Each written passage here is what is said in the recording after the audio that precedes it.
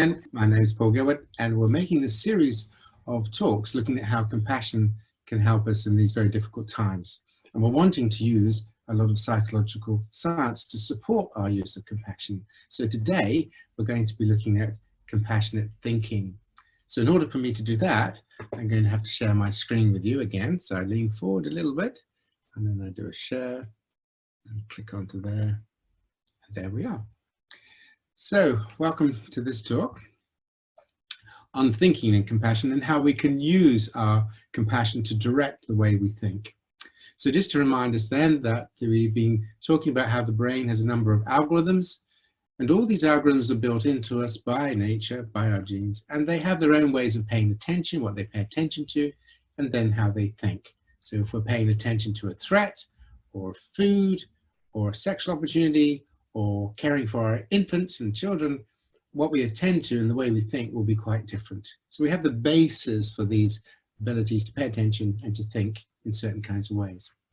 But of course, humans are very different to other animals because we evolved these very complex ways of thinking over the last 2 million years or so. And in talk 2, we looked at what they were. One of them is our abilities to reason and problem solve and use language. Another is our abilities to have an empathic understanding, the ability to read minds. It's called theory of mind, to think about the motives and emotions of other people and indeed our own. And then the third competency, which is quite extraordinary in many ways, is our ability to be conscious of being conscious, aware of being aware. And this gives us the ability to be mind aware, aware of our minds, and be able to pay attention to what's going on in them. And that gives us the opportunity for mindfulness, which we will be looking at in talk 10. But we're not going to look at that today, and we're not going to look at empathy today because we're going to do empathy in our next talk, talk 9. We're going to stay with our thinking. Now, humans have many amazing ways of thinking and reasoning. We're able to see the interconnection between things in ways that other animals can't, and this is what really gives rise to our ability for science. Science is really about the way we can understand the interconnectedness between different processes and phenomena and so on and so on. We also have the abilities to differentiate between different processes. We also have the ability to use our language. What I'm doing right now is, of course, talking to you and conveying ideas to you through language. So how I am using language is conveying information to you. We can think about the future, which is called prospection.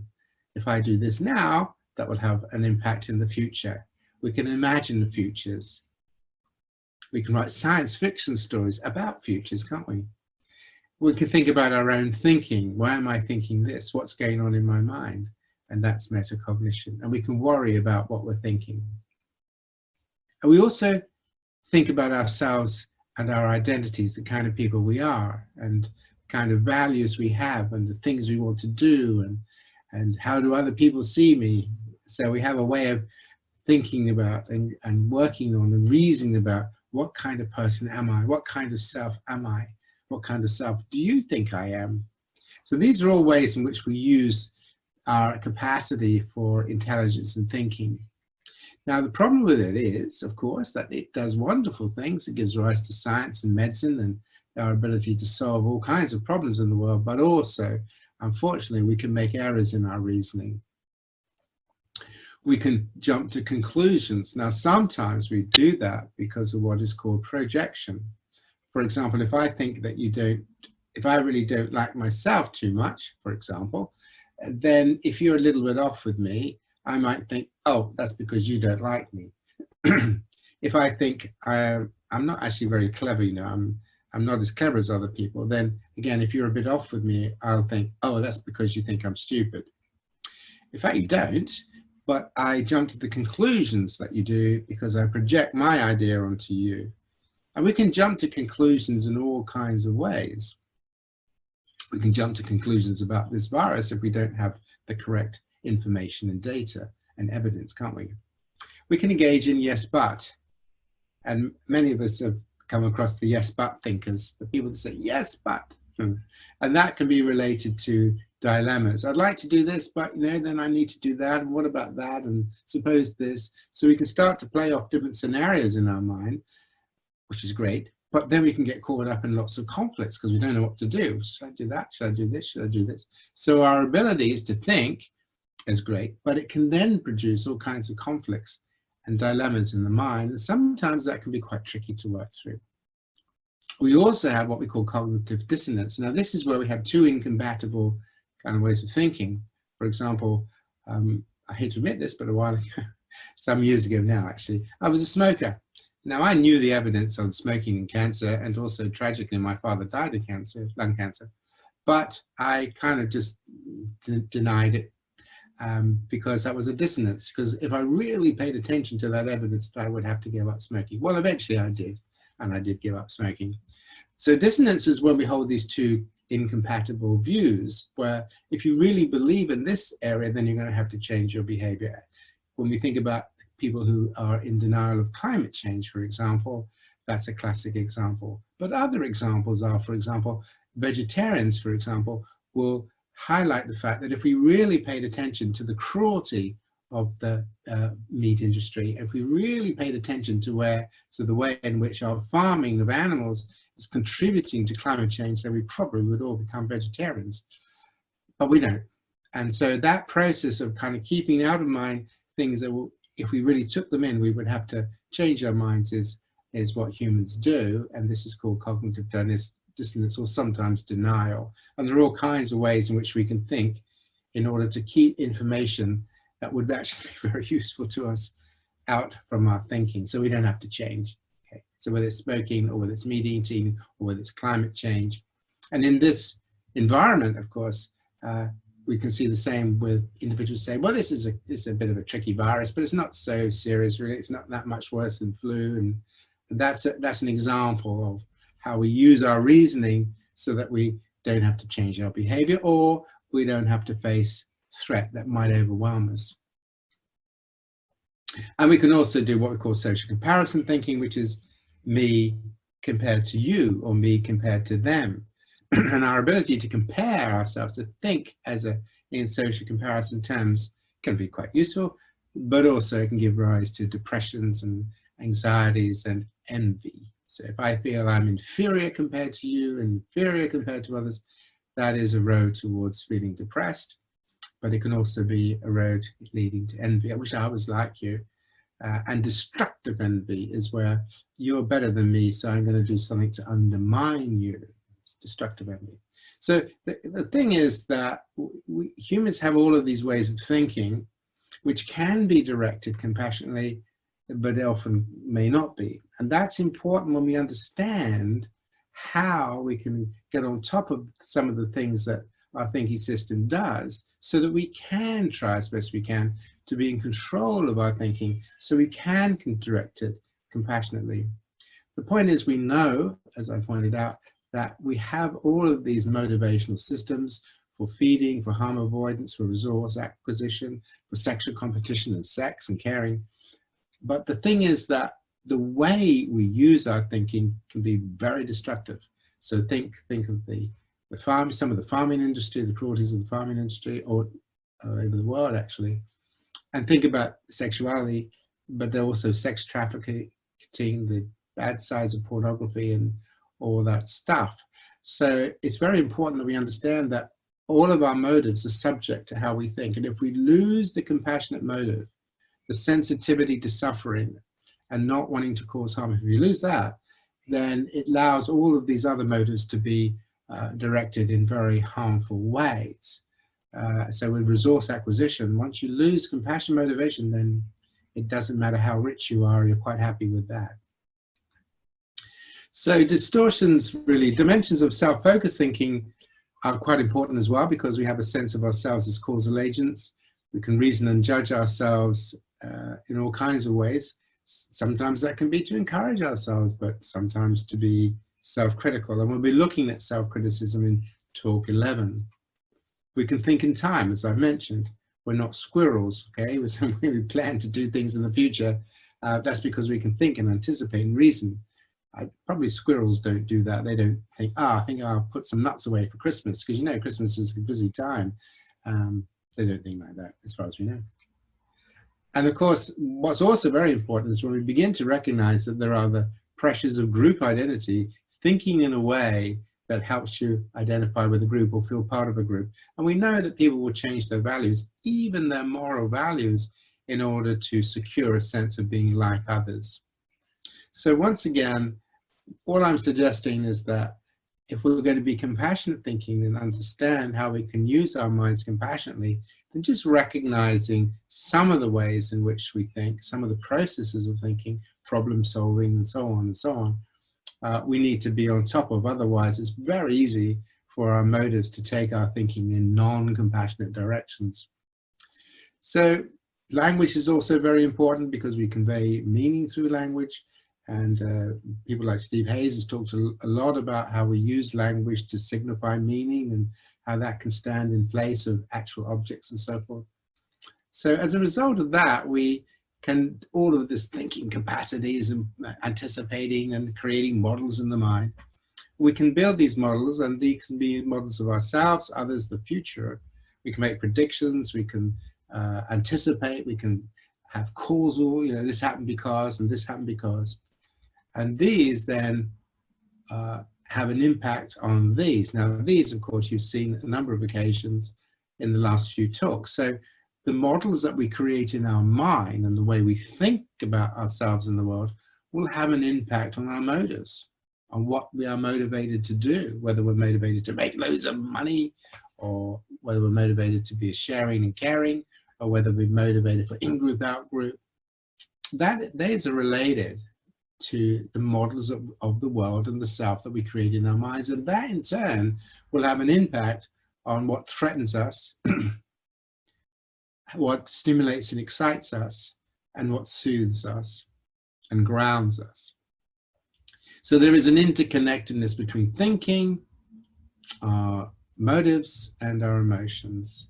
Now, we're in a situation where at the moment it's very difficult because a lot of our thinking, of course, is being driven by threat, the threat of the virus and the threat of the lockdown and what's going to happen after that.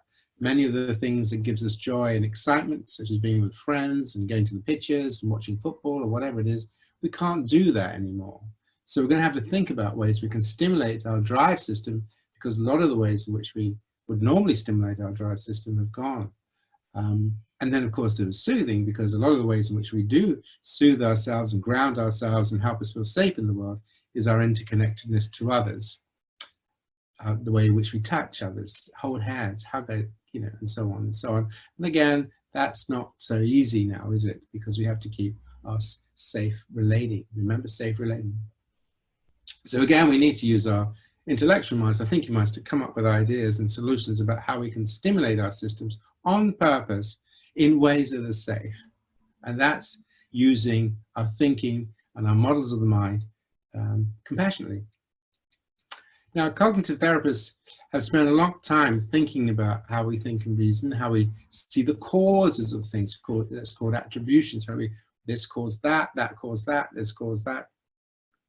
For example, the way we think about, so what's caused this virus? How come this virus is spread around the world? What's this all about? But we could also look more deeply in what is a virus? How come they exist in the world? Who put them there? Why are they there? How do they work? So how we think about threats and opportunities is extremely important for how we're going to address solving those problems. Now, this is extremely important because some people say, well, you're not going to solve a problem unless you direct attention and work to it. So there's been quite a lot of criticism at the fact that we have known that there is a pandemic in the corridors waiting for us for many years, but rather than ramping up our medical services and our virology research, we've been doing the opposite. So that's important. If we're going to think about the future, let's use our thinking wisely, compassionately, not destructively. So we can think about how to solve problems, and we, as I say, we can make judgments about ourselves and others and so forth. And the other point that's really important is that when it comes to ourselves, our thinking brain can stimulate what we call loops in the mind. So here's an example. Supposing a zebra is trying to get away from a lion, and then they eventually run away, the lion gets exhausted. Maybe the lion's overweight because it hasn't done any circuit training, who knows. As soon as they can't see, smell, or hear the lion, they will settle down and will go back to eating. Now, they may be quite traumatized by their experience, but in that moment, they will quickly go back to grazing.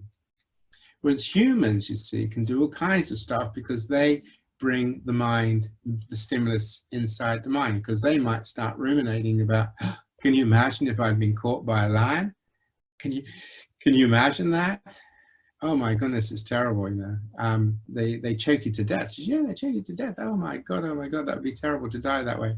So what's happened? The lion's gone, but now we're still imagining what could have happened, and suppose, and so forth. And then we might even become critical, because we might say to ourselves, well, what am I doing living here in this lion-infested jungle when I could be listening to poor Gilbert, right? So we become self-critical. Now, the point about this is, and I showed you a different example in our talk on how the mind affects the body, is that the way we think, the way we imagine, will be stimulating these physiological systems. Particularly at the moment, the threat system is very easy to stimulate, as you can imagine. So we have to be careful, right? So imagine that you have anxiety, get triggered into anxiety. One of the key issues is what you do about that, because it's very easy for us to then generate anxious thoughts. And when we do that, then we create a loop. So the anxiety creates anxious thought, the anxious thought creates anxiety, and now we're in a loop, okay? Only humans can do that as far as we know, okay? Here's another example. People never listen to me. They're not really that interested in me. So that creates a loop. And if you were going to go to therapy or go into a meeting, and you had that in your mind, you're just going to be anxious, aren't you? And that creates a loop. So the question has always been, and cognitive therapists have been very interested in this and done a lot of research and come up with a lot of important processes, is how are you going to break the loop? So let's imagine you wake up feeling stressed, and then you think to yourself, I no energy, I feel bad, don't know what I want to do, I just, oh gosh. So what would be unhelpful? Well, what would be unhelpful is for you then to move into self-judgment. Okay? Self-judgment becomes unhelpful, because then you might start thinking, well, I'm useless, I'm inferior, I've never got any energy, I'm not going to be able to do anything. So that would be an example where you're in this loop, okay, you're experiencing stress and you haven't slept very well and you're feeling tired and you know you're going to struggle today. So the point about it is what is going to be helpful to you, given that that's your context. Now, if you do this, that is unhelpful. And so it's noticing the unhelpfulness of the way in which we think. So there we are. What would be helpful? Well, here's 3 ideas, and you could probably come up with many more ideas. And if you look on the internet, you'll find loads of ideas by cognitive therapists and cognitive behavior therapists about how you can look at your thoughts and stand back and take a different perspective. See, in CFT, we use all of that, but one, compassion focused therapy, that means, but one is to say, firstly, this is not my fault. I didn't choose to wake up feeling stressed. I didn't go to bed last night think, do you know what? I think I'll wake up tomorrow morning feeling stressed, feeling really shit, having no energy and won't be able to do, I think I'll do that. Of course not, right? So it's not your fault. The first thing, this is not your fault you're like that. Absolutely not your fault. You didn't choose it, but you're going to have to work with it. So the second thing is to recognize it's understandable why I feel like I'm stressed or whatever. I can begin to see why. Maybe I haven't slept, and maybe I haven't slept because there's a lot of stress in my life. Maybe I'm worried about the future, or maybe I've got relatives who are ill, or I'm a health worker. It could be many things, but be understanding of why you're feeling as you are. Become an observer, get to notice your mind. And the second thing is take the steps you can. We call these the small steps approach. Small steps, okay? So 3 things then, not my thoughts, don't blame yourself and start judging. Try to understand what is you're feeling, why you might be feeling that. And sometimes, unfortunately, people get into difficult states of mind because of things that have happened in the past. It's not your fault. and then the small steps. Okay, so we'll be looking at those things. Now, some people say, yeah, well, supposing it is my fault, like I had an argument or I did this or I did that. The key thing with all of this, though, is to recognize that what is helpful, how to use my mind compassionately to be helpful, not harmful. And if I just start blaming myself or whatever it isn't going to be helpful. What I need to do is to understand what I'm doing and why, and choose to be helpful, choose to change. But we'll look at that a little later. So Aaron Beck was, of course, one of the fathers of cognitive therapy, who was actually started off as an analyst. But he noted that many of his clients had problems because of the ways in which they thought. And he identified a number of what he called automatic thoughts, which is that they could be very biased in their intention. Okay, and you might remember the Christmas shoppers, how we can pay attention to the ones that really annoyed us and forget all the others who have been so helpful. That was in one of our earlier talks. If you're in a room giving a talk and to 10 people and 9 look wonderful and one person is on the phone looking very bored, our threat system will always focus on that one person. What's the matter with my talk? You know? So biased attention, the threat system always pulls towards threat, remember. Then we can jump to conclusions. So we might see this person in a room where we're giving the talk, there's one person in the back, and we might think, oh, that's because my talk's no good, right? I knew this talk wasn't any good. So we start jumping to conclusions. In actual fact, it may well be that the person's there is not particularly interested in your talk, and it's nothing to do with how good your talk is. So we tend to jump to conclusions. Black and white thinking is where we tend to think, if this, then that, right? So you either like me or you don't. You either love me or you don't. I either trust you or I don't. Lots of examples of black and white thinking where in actual fact, everything is shades of gray. Okay, there can be degrees of trust, and people can have feeling more passionate today, and if you have an argument, maybe a little less passionate. Okay, so we're always in the process of flux and change. There's very little black and white in the world. So you have to learn not to put things in black and white terms. We can overgeneralize, right? This is always going to happen. This is never going to change. Okay, always and never are very common ways we can find ourselves thinking, which can drive those loops in the mind. Okay, so we need again stand back from always and never thinking and try to get a perspective on it that is more adaptive and helpful. And it also, it's very easy for us to personalize, to blame ourselves for things which really are not our fault for all kinds of ways, which we've been talking about. So the key thing then that cognitive therapists will explain and have really helped us understand is that we become aware of our minds, we become aware of how we think, we become aware of what our beliefs are, what our worries are. And then with that mind awareness, we do the best we can to begin to check out the way we're thinking and maybe how to generate more helpful alternatives to our thinking. So I'm not going to go through that in detail for you, but that's just a kind of an example of how we can help ourselves.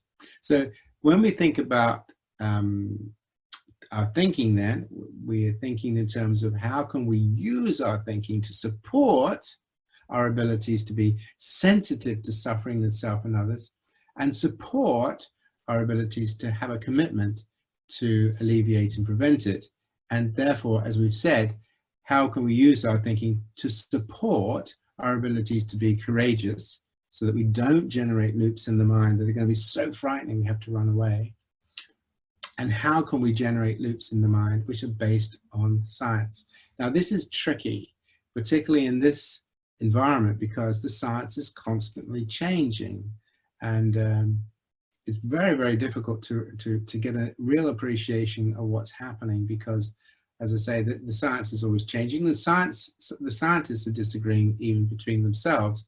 And we have to be a little bit careful because the media is constantly generating tragedy, trading in tragedy, aren't they, with giving us these individual stories of doctors who have died or whatever. Now, these are tragic stories, make no mistake, but if we get caught up in that, it's very easy for us to really panic. Whereas in reality, as we've said before, the way to address that is to be grateful and to be aware of the sacrifice they've made on your behalf. But don't use single cases as examples of how threatening this virus is to you personally. No one is immune, of course. It can be, this virus is a killer, make no mistake about that. But at the same time, how can we courageously and wisely use our minds to keep a balance, We need to be safe, absolutely, for sure, but we don't want to live in a state of panic either. Okay, so how to be courageous and wise means using our minds wisely. So we can develop ways of thinking the world and ourselves in it that can actually undermine our courage and our wisdoms, and can actually stop us from addressing things in a compassionate way. And that's because we get caught up in all of these ways that we have biased attention. We jump to conclusions. We don't know the science. We share fearful things with each other.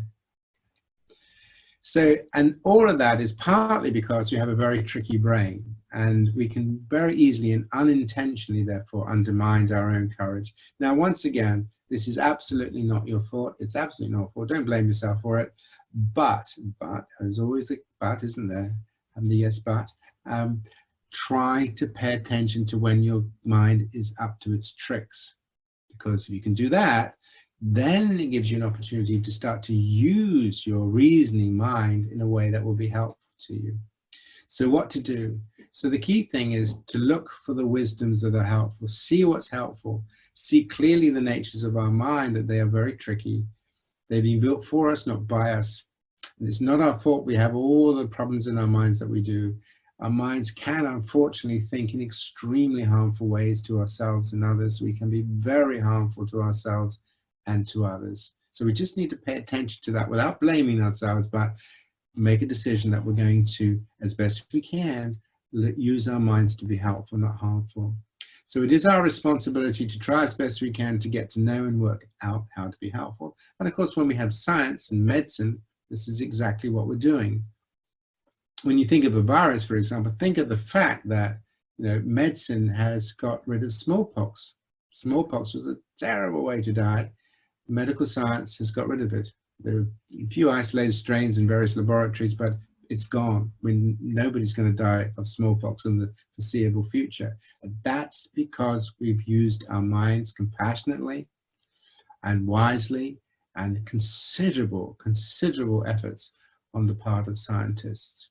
So this is very important, that we can see that when we direct our minds compassionately and wisely, we can solve these problems, and we will solve this one. The question is not if, it's when. That's the issue. Okay, so always keep that in mind. It's not if we will solve it, it's when we will solve it. And hopefully we would have learned a lot of lessons about dealing with this virus that will put us in good stead for the future. So how to use our minds courageously and wisely to address suffering and the prevention of suffering is the name of the game, really. That's what we should be doing.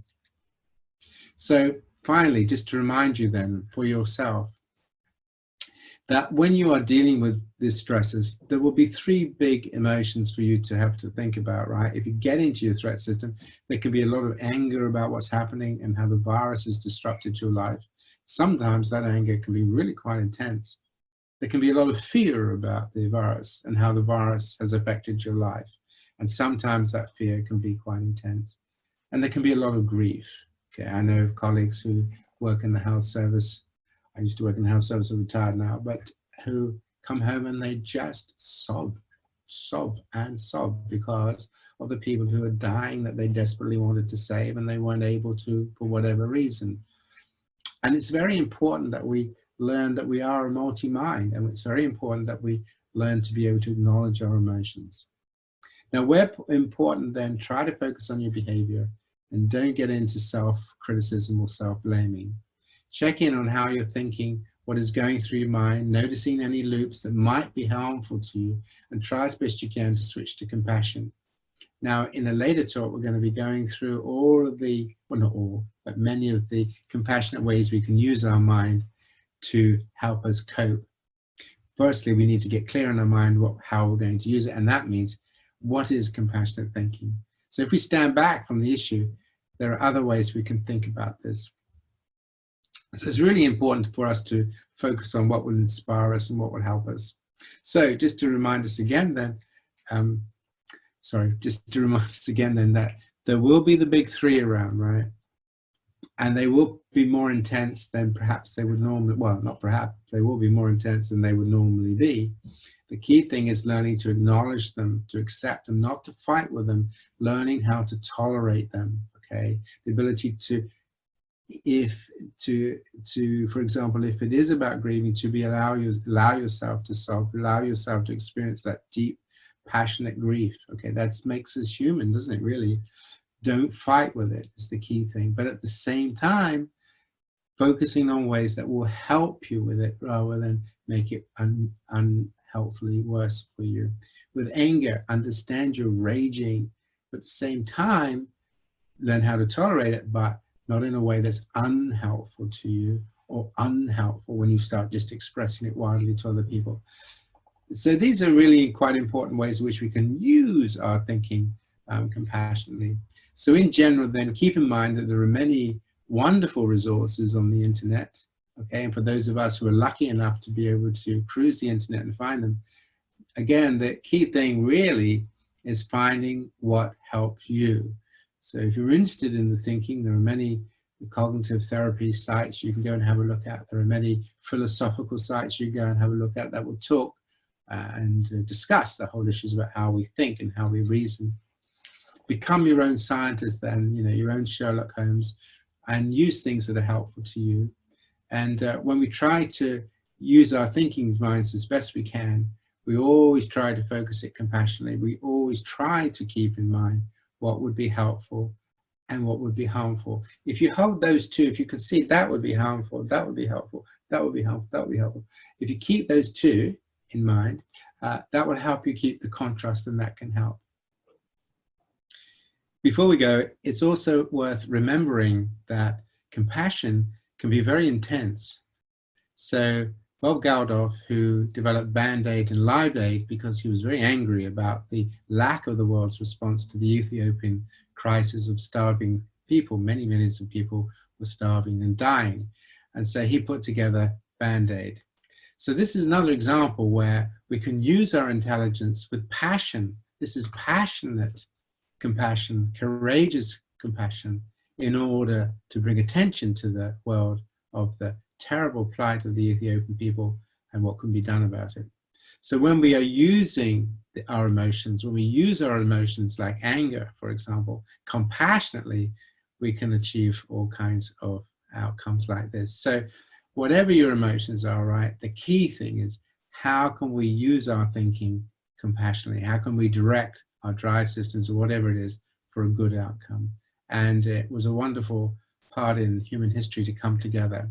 What we must do in the future, of course, is to make sure that this passion that may well come from a sense of anger or whatever, or drive or whatever, can be used and can be harnessed to produce a better world.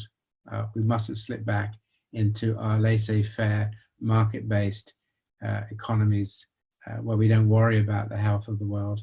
We mustn't slip back into that. So we'll see you in our next talk, which is on compassion and empathy.